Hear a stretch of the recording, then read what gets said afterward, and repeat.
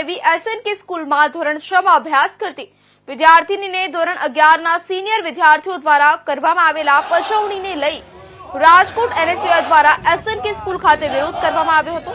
આ તકે સ્કૂલ પ્રશાસન દ્વારા એનએસયુઆઈના કાર્યકરોને અંદર નહીં આવવા દેતા એનએસયુઆઈના કાર્યકરો સ્કૂલનો ડેલો ટપી સ્કૂલ અંદર હલ્લાબોલ કરી વિરોધ કરવામાં આવ્યો હતો। જે બાદ પોલીસ દ્વારા સ્કૂલમાં વિરોધ કરતા તમામ એનએસયુઆઈના કાર્યકરોની અટકાયત કરવામાં આવી હતી। યુનિવર્સિટી પોલીસ મથકે લઈ જવામાં આવ્યા હતા।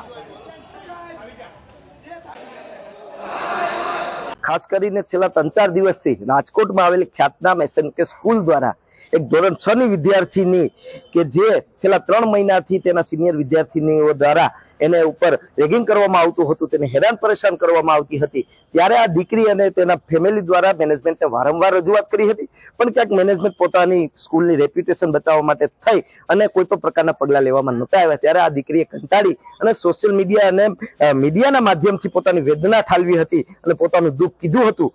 ત્યારે છેલ્લા 3 દિવસથી આ ઘટના ચાલુ છે। ત્યારે એસએનકે સ્કૂલનું પેટનું પાણી હજી હલતું નથી અને તે લાજવાની બદલે ગાજી રહી હોય એવું લાગી રહ્યું છે। ત્યારે આજે ગુજરાત એનએસયુઆઈ દ્વારા એસએનકે સ્કૂલનો ઘેરાવ કરવામાં આવ્યો કે જે આ વિદ્યાર્થીની ઉપર અન્યાય થયો છે એને ન્યાય આપવામાં આવે।